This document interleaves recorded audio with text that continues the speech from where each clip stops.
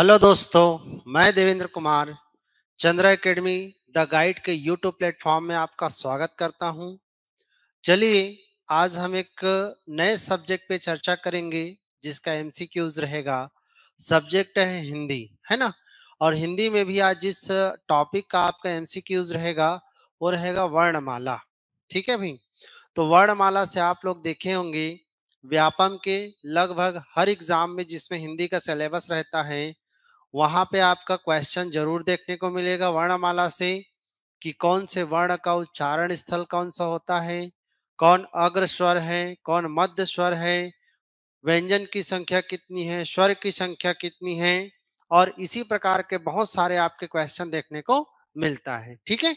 तो चलिए, आज हम देखते हैं हिंदी और हिंदी में वर्णमाला का इंपॉर्टेंट एमसीक्यू सीरीज। ठीक है भाई। चलिए स्टार्ट करते हैं। देखिए, पहला क्वेश्चन हमारे सामने क्या है।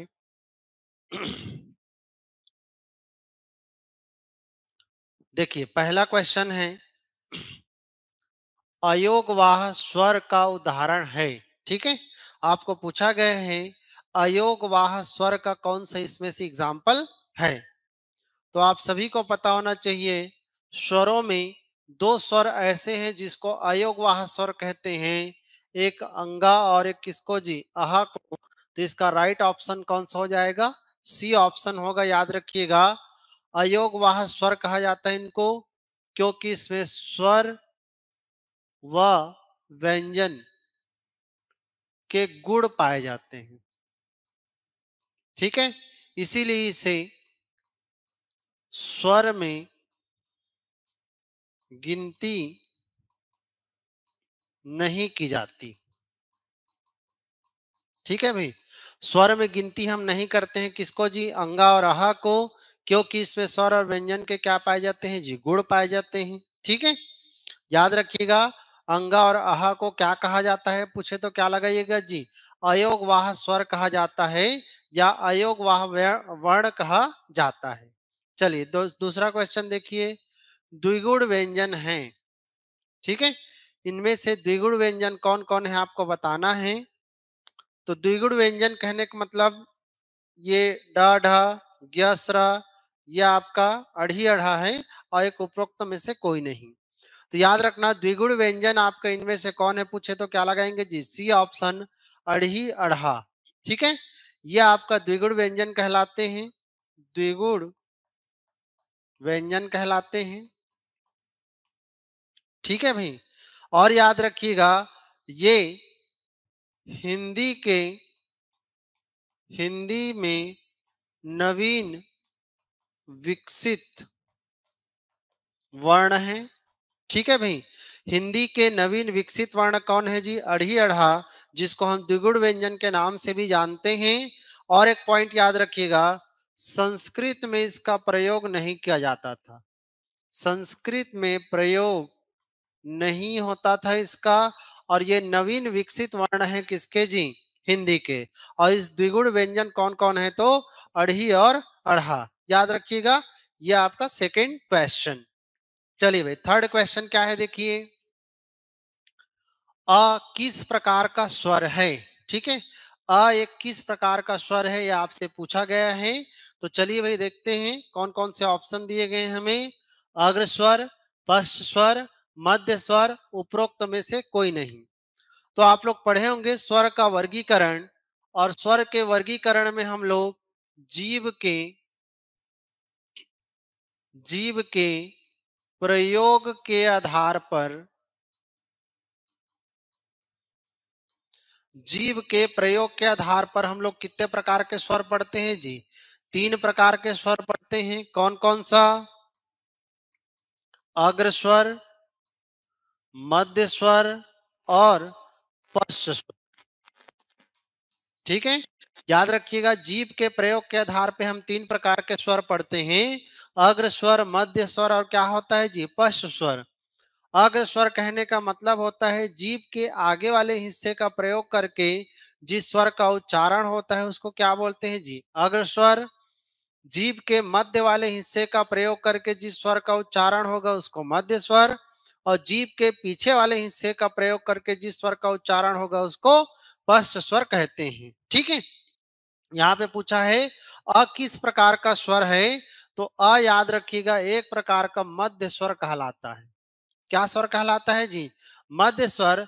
क्योंकि जीभ के न तो आगे वाले हिस्से और न ही पीछे वाले हिस्से का इसके उच्चारण में प्रयोग होता है, बीच के हिस्से का प्रयोग होता है।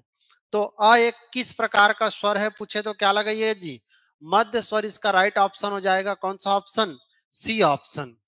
अग्र स्वर में कौन कौन आते हैं? तो अग्र स्वर में ए है, ऐ है, ऋषि का री है, ई है, बड़ा ई है। ये सारे क्या कहलाते हैं जी? अग्र स्वर कहलाते हैं, याद रखिएगा। पश्च स्वर में कौन कौन आते हैं? तो जो बच गए आ, उ, बड़ा ऊ, ओ, औ, ये सारे हमारे जो हो जाएंगे, कौन से स्वर हो जाएंगे भाई? पश्च स्वर कहलाएंगे। तो याद रखिएगा अ एक प्रकार का मध्य स्वर है और ए, ऐ, ऋषि का री, ई और बड़ा ई अग्र स्वर है और बाकी जो है वो पश्च स्वर कहलाते हैं। तो तीसरा का राइट ऑप्शन कौन सा हो जाएगा जी? C option. चलिए नेक्स्ट क्वेश्चन देखिए, चौथा क्वेश्चन। ल किस प्रकार का व्यंजन है? ठीक है भाई। ल एक किस प्रकार का व्यंजन है आपसे पूछा गया है? स्पर्श व्यंजन है, नासिक के व्यंजन है, लुंठित व्यंजन है कि पार्श्विक व्यंजन है? पहली बात तो एक चीज याद रखिएगा, य, र, ल और व। ठीक है। य, र, ल, व जिसे हम अंतस्थ व्यंजन कहते हैं। क्या व्यंजन कहते हैं जी? अंतस्थ व्यंजन के नाम से जानते हैं किसे किसे? य, र, ल और व को। ठीक है। लेकिन इनमें से र और ल जो हमारे दो वर्ण हैं, इसको और कुछ स्पेशल नामों से जाना गया है। जैसे र को याद रखना लुंठित वर्ण भी कहते हैं, लुंठित वर्ण कहलाता है ये। और ये जो ल है ये पार्श्विक वर्ण कहलाते हैं। कौन सा वर्ण कहलाते हैं जी? पार्श्विक वर्ण। और यही क्वेश्चन है देखिए, ल किस प्रकार का व्यंजन है पूछे तो क्या लगाइए जी? पार्श्विक वर्ण कहलाता है कौन जी? ल। जबकि य, र, ल, व तीनों ही चारों ही क्या कहलाते हैं? अंतस्थ व्यंजन कहलाते हैं। यहाँ पे एक चीज और याद रखिएगा, र क्या कहलाता है पूछे तो क्या लगाइएगा? लुंठित वर्ण। क्या बोलते हैं इसको जी? लुंठित वर्ण के नाम से जानते हैं। चलिए भाई आगे बढ़ते हैं।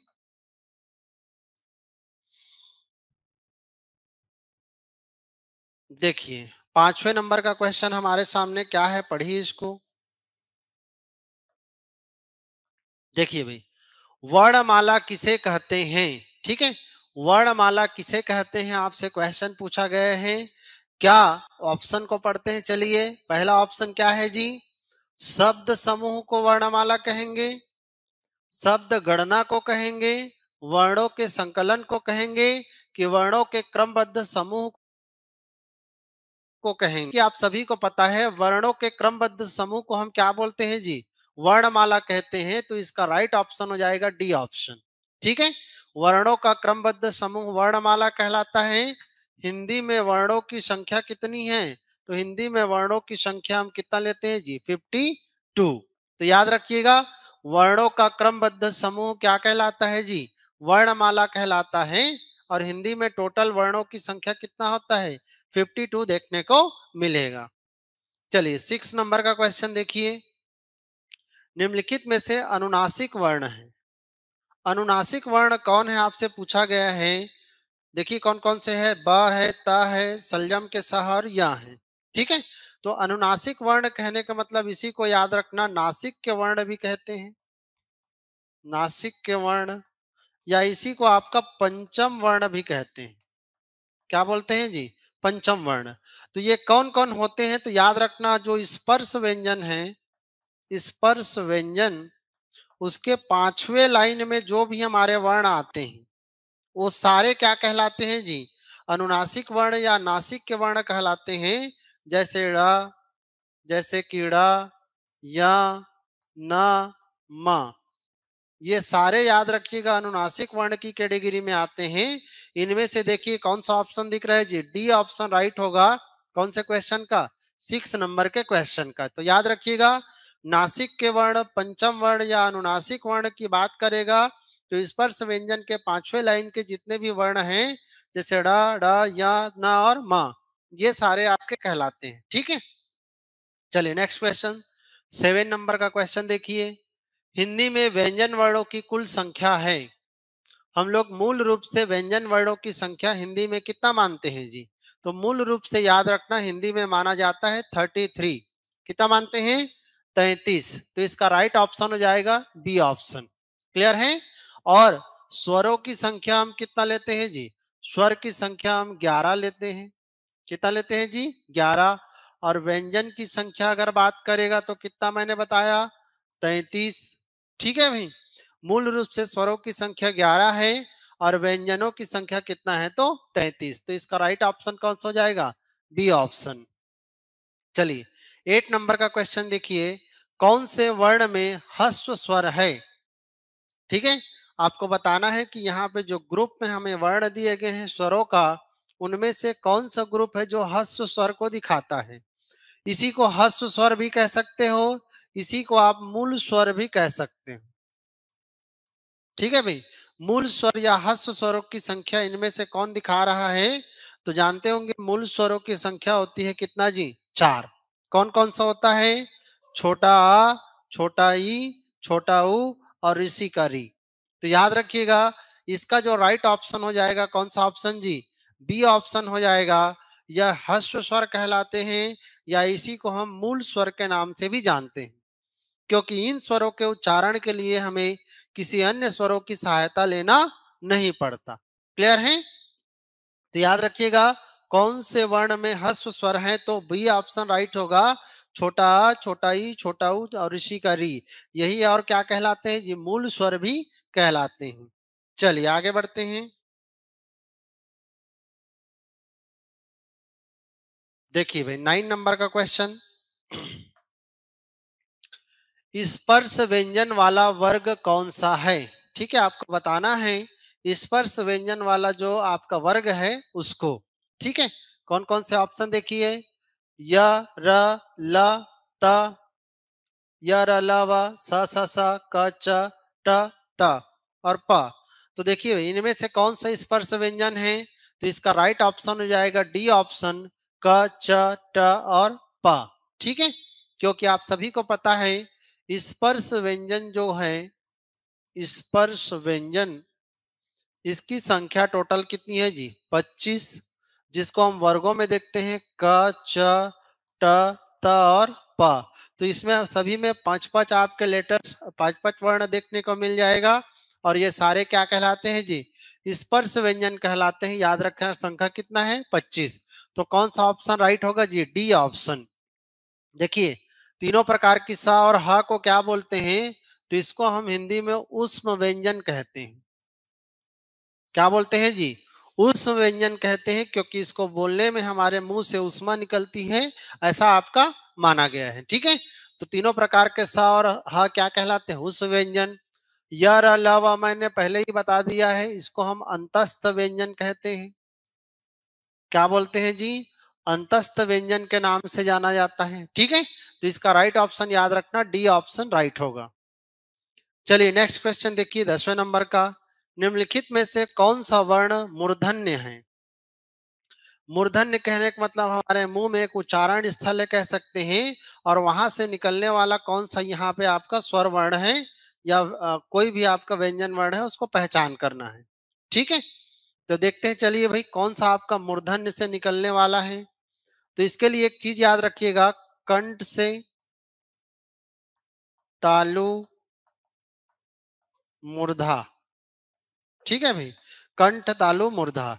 तो देखिए क वर्ग के जितने भी लेटर्स जो रहेंगे, जितने भी वर्ण रहेंगे, उनका उच्चारण कहाँ से होता है जी? कंठ से होता है। तालु से अगर देखा जाए तो च वर्ग के जितने भी हमारे वर्ण मिलेंगे वो किससे होंगे? तालु से। क, च, ट, तो ट वर्ग के जितने भी रहेंगे ट, ठ, ड, ढ, ड़, तो ये सारे जो हमारे वर्ण हैं इनका उच्चारण स्थल क्या है जी? मूर्धा है। तो देखिए कौन कौन सा है? घ है क्या? नहीं, ये भी नहीं है। और कौन सा है जी? C option. ड आपका क्या है जी? मूर्धन्य से निकलने वाला एक वर्ण माना गया है। क्लियर है? तो याद रखना इसका राइट ऑप्शन हो जाएगा कौन सा ऑप्शन? C option. मूर्धा से कौन कौन निकलते हैं? तो ट, ठ, ड, ढ और ड़। चलिए नेक्स्ट क्वेश्चन देखिए, 11वें नंबर का क्वेश्चन, महाप्राण व्यंजन होता है प्रत्येक वर्ग का कौन सा? आपका जो वर्ग होता है, लाइन के जो वर्ण होते हैं उसको हम महाप्राण कहते हैं। तो ये खास करके आपका स्पर्श व्यंजन की बात कर रहा है, और स्पर्श व्यंजन में क, च, ट, प, ठीक है, क, च, ट, त और प, ये हमारे वर्ग कहलाते हैं स्पर्श व्यंजन में। जैसे क, ख, ग, घ, र, च, छ, ज, झ, य, ट, ठ, ड, ढ, ढ़, त, थ, द, ध, न, प, फ, ब, भ और म।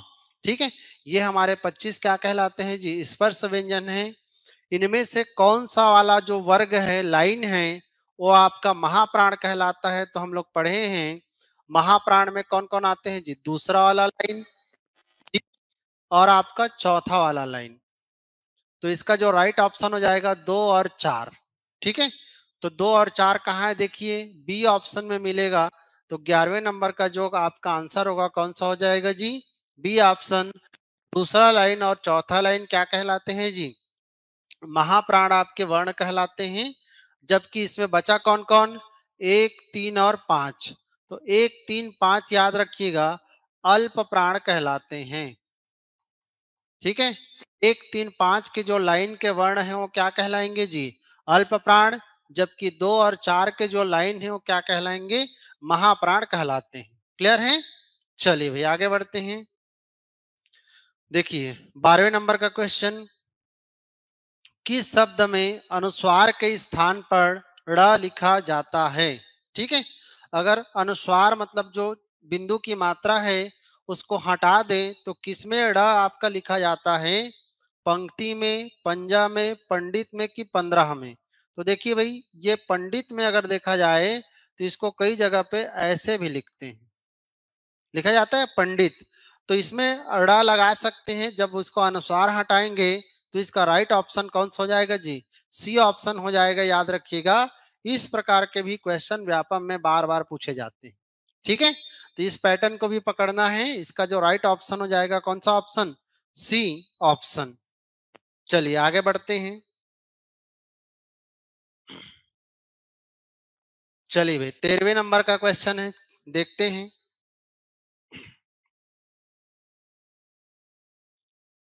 देखिए 13वां क्वेश्चन क्या है भाई, पढ़िए इसको।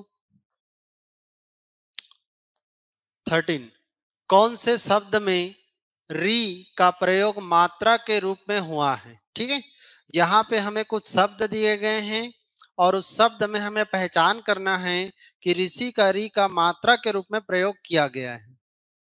क्रिया में, चर्या में, श्रिया में कि मात्र में? तो याद रखिएगा, ऋषि का र का मात्रा के रूप में प्रयोग यहाँ पे कौन सा ऑप्शन जी? डी ऑप्शन में किया गया है, मात्र में। किसका प्रयोग? ऋषि का री का किस रूप में? मात्रा के रूप में। ठीक है, तो 13वें क्वेश्चन का जो राइट ऑप्शन हो जाएगा कौन सा होगा जी? D option. क्लियर है? चलिए भाई नेक्स्ट देखिए 14 नंबर का क्वेश्चन, निम्नलिखित में से कंठव्य व्यंजन है। कंठव्य व्यंजन कहने का मतलब जिसका उच्चारण कंठ से होता है। ठीक है, तो इसका देखिए कौन सा कंठव्य व्यंजन माना जाता है जिसका उच्चारण कंठ से होता है? तो क वर्ग के जितने भी हैं, क, ख, ग, घ, या, तो ये सारे हमारे क्या कहलाते हैं जी? कंठव्य व्यंजन कहलाते हैं। याद रखिएगा, निम्नलिखित में से कौन कंठव्य व्यंजन है? तो देखिए कौन सा ऑप्शन दिख रहा है जी? ग दिख रहा है। तो ये आपका राइट ऑप्शन हो जाएगा सी ऑप्शन। ठीक है, ये आपका ग का उच्चारण स्थल कंठ है। और किसका किसका? क का होता है, ख का, ग का, घ का और या का। क्लियर है जी? तो याद रखना 14 नंबर के क्वेश्चन का राइट ऑप्शन कौन सा हो जाएगा जी? C option. चलिए 15 नंबर का क्वेश्चन देखिए, ट वर्ग के व्यंजनों का अंतिम वर्ग है। सीधा सीधा आपको स्पर्श व्यंजन में जो ट वर्ग है उसके अंतिम वर्ण को पूछा जा रहा है। ठीक है,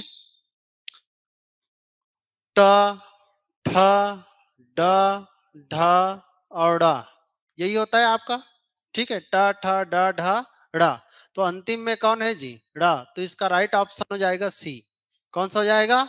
सी हो जाएगा। याद रखिएगा, ट वर्ग के व्यंजनों का अंतिम वर्ग कौन है? ड़ है। चलिए नेक्स्ट क्वेश्चन की तरफ बढ़ते हैं।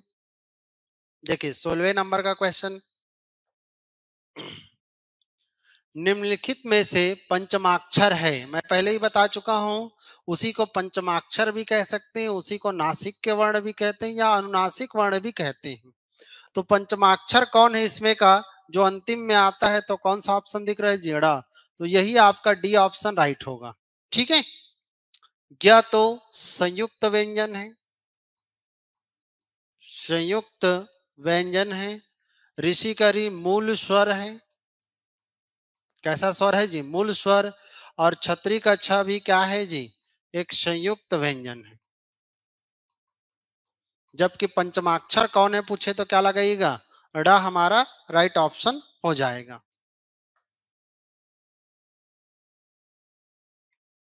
चलिए भाई नेक्स्ट क्वेश्चन देखिए 17वें नंबर का। देखिए हमारे चंद्रा एकेडमी द गाइड जानते ही होंगे आप लोग, टीचर भर्ती की हम लोग आपका एक बैच स्टार्ट कर दिए हैं। तो जो लोग, जिन लोग अभी तक जुड़ नहीं पाए हैं हमारे ऑनलाइन या ऑफलाइन बैचेस से, वो आकर के संपर्क कर सकते हैं और संपर्क करके अपनी तैयारी को बूस्ट कर सकते हैं। ठीक है, देखिए वैकेंसी आ गई है लगभग, कह सकते हैं मतलब संभावना ऐसा है। ठीक है, तो इसको तैयार कर लेंगे सब्जेक्ट को, तभी तो एग्जाम में बैठेंगे तो क्या होगा जी? सिलेक्शन। कई लोग क्या होते हैं, ऐसे पर्सन होते हैं जो कि जब चलो ना वैकेंसी आएगा, कुछ दिन बचा रहेगा तो तैयारी करेंगे। तो ऐसा में कुछ होने वाला नहीं है। इसके लिए वही कहावत है, जब प्यास लगी तो क्या खोदना? कुआं खोदना। प्यास लगेगी तो कुआं खोदोगे तब तो यार मर ही जाओगे प्यास से।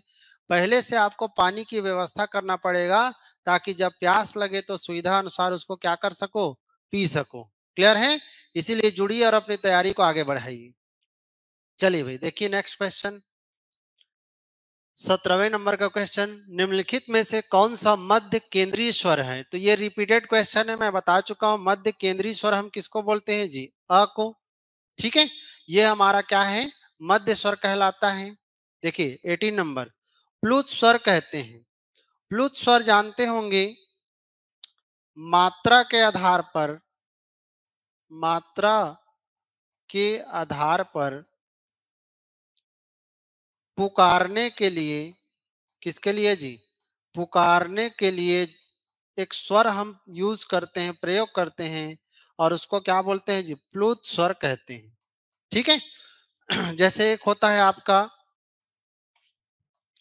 मूल स्वर, या इसी को ह्रस्व स्वर कहते हैं। एक होता है दीर्घ स्वर।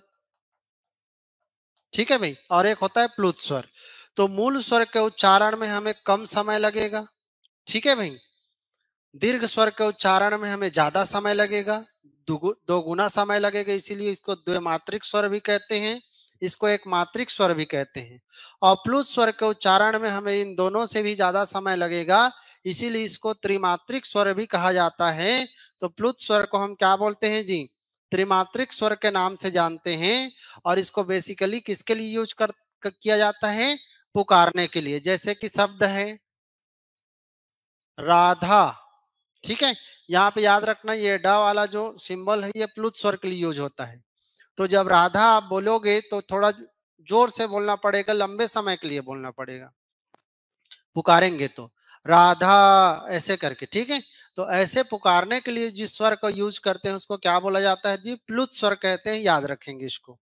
चलिए 19 नंबर का क्वेश्चन देखिए, यह संयुक्त स्वर माना जाता है। एक्चुअल में यहाँ पे संयुक्त स्वर नहीं है, संयुक्त व्यंजन होना चाहिए। ठीक है भाई, यह संयुक्त व्यंजन माना जाता है। तो आपसे क्वेश्चन पूछा गया है, इनमें से कौन सा ऐसा आपका वर्ण है जो कि संयुक्त व्यंजन माना जाता है, संयुक्त व्यंजन है? तो कौन कौन से ऑप्शन है देखिए, ड़, डमरू का ड, म, छतरी का छ और या। तो आप सभी को पता होना चाहिए, इनमें से आपका ये जो छतरी का छ है, ये क्या कहलाते हैं जी? संयुक्त व्यंजन कहलाते हैं, क्योंकि दो व्यंजनों के मिलने से इसका निर्माण हुआ है। दो व्यंजन के मिलने से इसका क्या हुआ है भाई? निर्माण होता है। इसीलिए इसको हम संयुक्त व्यंजन कहते हैं। संयुक्त व्यंजन कहते हैं। और संयुक्त व्यंजन की संख्या भी कितनी है जी? 4 है। तो मैं चारों को बता देता हूं ताकि आपको जब भी एग्जाम में पूछे तो कंफ्यूजन ना हो। छ, त्र, य और स्र। ठीक है, तो ये चार हमारे संयुक्त व्यंजन हैं। देखिए भाई, इन किनके किनके मिलने से बनता है। छतरी का छ बनेगा क और षटकोण के स के मिलने से। क में भी याद रखिएगा, मैंने एक सिंबल लगाया है जिसको हलंत कहते हैं। हलंत मतलब ऐसा तिरछा निशान, जिसका मतलब होता है कि उसको मैं बिना स्वर के लिख रहा हूं। ठीक है, अगर किसी भी व्यंजन वर्ण में हलंत लगा है, उसका मतलब क्या है अगर पूछे, तो स्वर रहित व्यंजन वर्ण को जो लिखा गया है उसी में हम क्या लगाते हैं जी? हलंत का निशान लगाते हैं। तो स्वर रहित क और षटकोण के स के आपके मिलने से क्या बनेगा? छतरी का छ। त और र, स्वर रहित त और र के मिलने से त्र बनेगा। स्वर रहित ज और य के मिलने से क्या बनेगा? ज्ञानी के ग। याद रखना, इसको सबसे ज्यादा बार पूछते हैं। ठीक है, तो ज और य के मिलने से आपका विज्ञा बनता है। और स्र की बात करें तो स्वर रहित संयम का स और र के मिलने से क्या बनता है जी? स्र। तो इसका जो राइट ऑप्शन हो जाएगा 19 का, वो कौन सा हो जाएगा? छतरी का छ। क्लियर है? तो याद रखेंगे भाई, छतरी का छ, त्र, ज्ञ और स्र। चलिए नेक्स्ट क्वेश्चन देखते हैं। 20 नंबर का क्वेश्चन है हमारा, व्यंजन किसे कहते हैं? ठीक है, बहुत ही सिंपल है। पीएससी आपका स्वर वर्ण क्या है जिसके उच्चारण करने के लिए हमें किसी अन्य की सहायता लेना नहीं पड़े, उसको हम क्या बोलते हैं जी? स्वर वर्ण कहते हैं। स्वर स्वतंत्र होता है, उच्चारण के लिए किसी अन्य की सहायता लेना नहीं पड़ता। और अगर व्यंजन की बात करें तो व्यंजन एक परतंत्र वर्ण है, जिसके उच्चारण के लिए हमें किसकी सहायता लेना पड़ता है? स्वरों की सहायता लेना पड़ता है। ठीक है, तो देखिए, स्वर वर्णों का मेल नहीं, व्यंजन एवं व्यंजन वर्ण नहीं, व्यंजन एवं स्वर वर्ण नहीं। व्यंजन कैसा वर्ण है जी? एक परतंत्र वर्ण है। परतंत्र मतलब किसी दूसरे पर आश्रित। तो व्यंजन किस पर आश्रित है जी? स्वर पर आश्रित है। बिना स्वर की सहायता के हम व्यंजन वर्ण को बोल नहीं सकते। एक चीज और याद रखना, इसका राइट ऑप्शन डी हो जाएगा। हर व्यंजन वर्ण में अ की मात्रा, किसकी मात्रा जी? अ की मात्रा छिपा होता है। ठीक है, हर एक व्यंजन वर्ण में अ की मात्रा छिपा होता है। जैसे कि अगर मैं आपको एग्जांपल दूं क, तो देखिए क जब आप बोलेंगे तो क में अ जरूर आएगा। ठीक है, इसको मैं बिना स्वर के लिख सकता हूं, बोल नहीं सकता। जैसे इसको बिना स्वर के मैं लिखूंगा तो क्या हो जाएगा जी? क और अ, ऐसे इसका विच्छेद होगा। इसको तोड़ सकते हैं आप। ठीक है, तो याद रखना, व्यंजन किसे कहते हैं? तो व्यंजन एक कैसा वर्ण है जी? परतंत्र वर्ण है, जिसके उच्चारण करने के लिए हमें किसकी सहायता लेना पड़ता है? स्वरों की सहायता लेना पड़ता है। क्लियर है भाई? चलिए आगे बढ़ते हैं, कुछ और क्वेश्चन पे चर्चा करते हैं।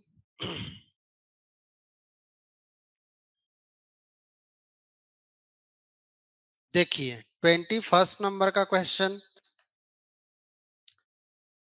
इस वर्ण शब्द का उच्चारण मूर्धा मूर्धन्य से है। ठीक है, कौन सा ऐसा वर्ण है इसमें जो लिखा गया है उसका उच्चारण स्थल क्या है जी? मूर्धा है। ठीक है, तो चलिए इसको भी देखते हैं, मूर्धा से किसका उच्चारण होता है?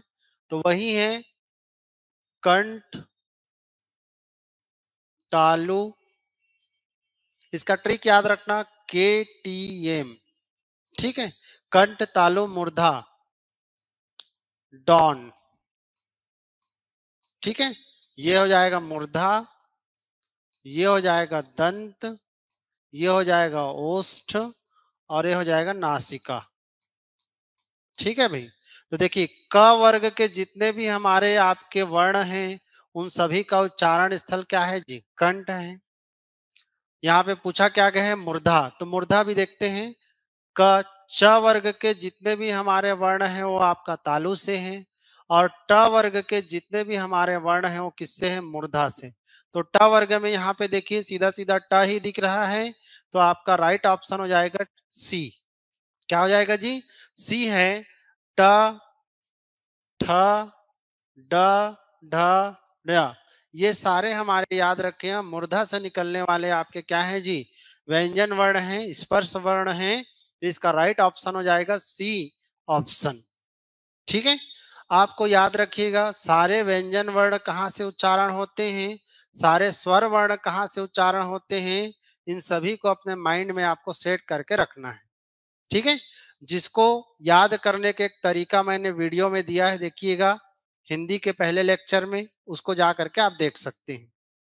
चलिए भाई, इसके बाद देखिए 22 नंबर का क्वेश्चन, निम्नलिखित में से कौन सा पश्च स्वर है? इसको भी मैं पहले बता चुका हूं, जीभ के पीछे वाले हिस्से का प्रयोग करके जिसका उच्चारण होता है उसको क्या बोलते हैं जी? पश्च स्वर है। तो कौन है? यहाँ पे एक ही दिख रहा है आ, ये हमारा क्या है जी? पश्च स्वर की कैटेगरी में आता है। ठीक है, चलिए 23 नंबर, स्वर वर्ण कौन सा है? तो इनमें से स्वर वर्णों का समूह कौन सा है? क आ गया मतलब गलत, अ आ ई उ, तो ये हमारे सारे क्या हैं जी? स्वर वर्ण हैं। ठीक है, जिसकी संख्या हम कितना लेते हैं जी? 11। आगे को भी इसमें लिख देते हैं, बड़ा ऊ, ए, ऐ, ओ, औ। ठीक है, 1 2 3 4 5 6 7 8 9 10, एक और आ जाएगा आपका ऋषि का री। तो ये 11 हमारे स्वर वर्ण है, याद रखिएगा। अंगा और अह को हम नहीं लेते क्योंकि वो क्या कहलाते हैं जी? अयोग वाह वर्ण कहलाते हैं, याद रखिएगा। तो ये हो जाएगा हमारा स्वर वर्ण का समूह। चलिए नेक्स्ट देखिए 24 नंबर का क्वेश्चन।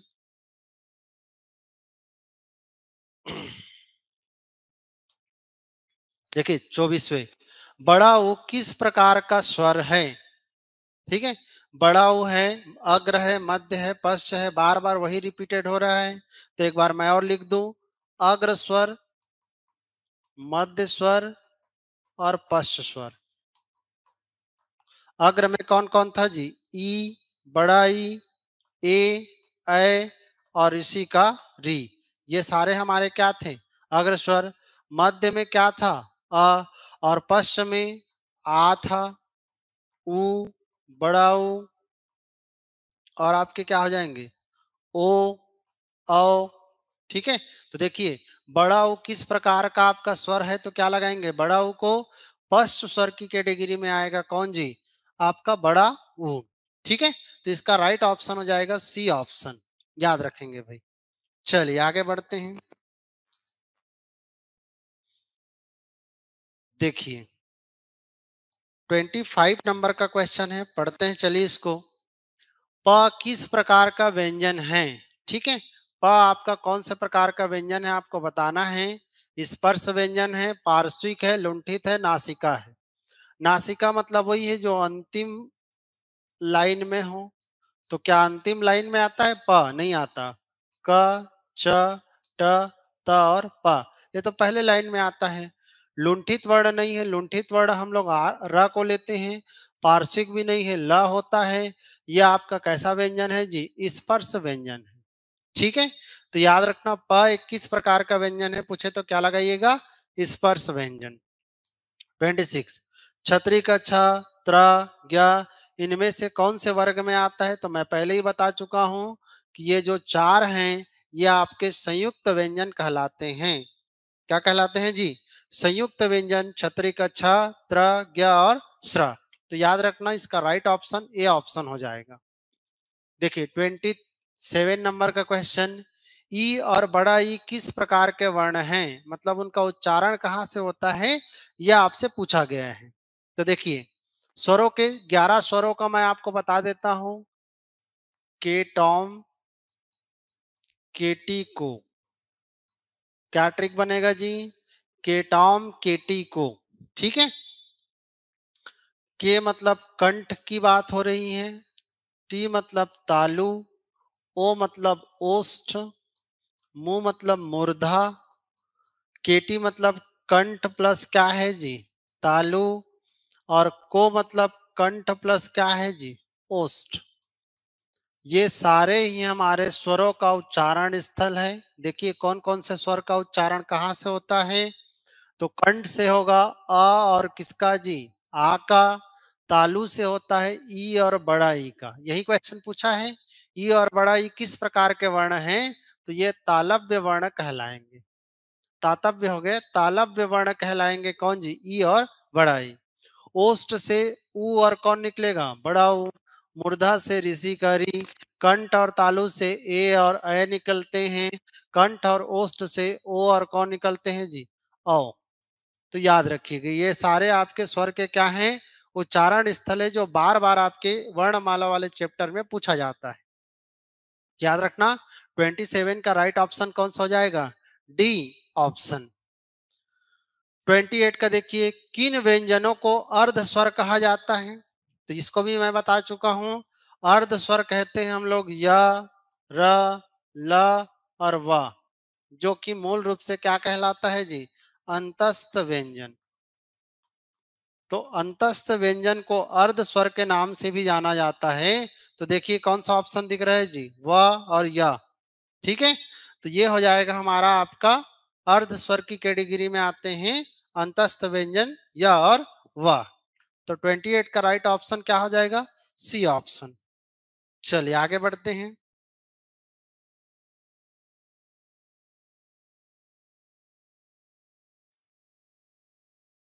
चलिए भाई देखिए 29 नंबर का क्वेश्चन देखिए, निम्नलिखित ध्वनियों में से बताइए कि कौन सा वर्ण ओष्ठव्य नहीं है। ठीक है, यहाँ पर भी आपको उच्चारण स्थल पूछा जा रहा है कि कौन सा जो आपका वर्ण है ओष्ठ से नहीं निकलता, जिसका उच्चारण ओष्ठव्य नहीं है। तो देखते हैं भाई, चलिए ओष्ठ से निकलते कौन कौन है, पहले यही लिख लेते हैं। कंठ, तालु, मूर्धा, कंठ तालु मूर्धा, ठीक है, दंत,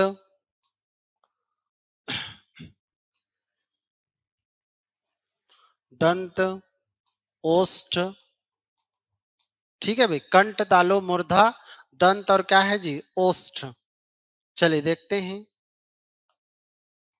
कंठ से क वर्ग पूरा निकलता है, तालु से च वर्ग पूरा निकलता है, ट वर्ग आपका किससे निकलेगा, मूर्धा से। दंत से कौन निकलेगा, त वर्ग, और ओष्ठ से कौन निकलेगा, प वर्ग। तो प वर्ग के जितने भी लेटर्स हैं वो कहाँ से आपके आते हैं जी, ओष्ठ से। यहाँ पे क्या पूछा है, निम्नलिखित ध्वनियों में से बताइए कि कौन सा वर्ण ओष्ठव्य नहीं है। तो ओष्ठव्य को लिख लेते हैं पहले, प, फ, ब, भ और म। तो ये हो जाएगा, ये आपका म है, प है, फ है। कौन सा ओष्ठव्य नहीं है, तो क्या लगाएंगे, या। ठीक है, तो याद रखना 29 का जो राइट ऑप्शन हो जाएगा, कौन सा ऑप्शन हो जाएगा जी, डी ऑप्शन। यह इसका राइट ऑप्शन है। ठीक है, नहीं है पूछा है। 30 नंबर देखिए, निम्नलिखित में से कौन सा ह्रस्व स्वर है। बार बार पूछा जा रहा है, ह्रस्व स्वर, मध्य स्वर या ठीक है, देखिए भाई ह्रस्व स्वर कौन है इसमें से, अगर पूछे ह्रस्व स्वर या इसी को हम मूल स्वर भी कहते हैं। क्या बोलते हैं जी, मूल स्वर, जिसकी संख्या है 4। कौन कौन सा, अ, छोटा ई, छोटा ऊ और ऋषि का री। तो कौन सा ऑप्शन दिख रहा है, देखिए सीधा सीधा हमारा आंसर है अ। ये हमारा क्या कहलाता है जी, ह्रस्व स्वर, या इसी को हम क्या बोलते हैं, मूल स्वर के नाम से भी जानते हैं। क्लियर है, चलिए आगे बढ़े। 31 नंबर का क्वेश्चन देखिए, व का उच्चारण स्थान है।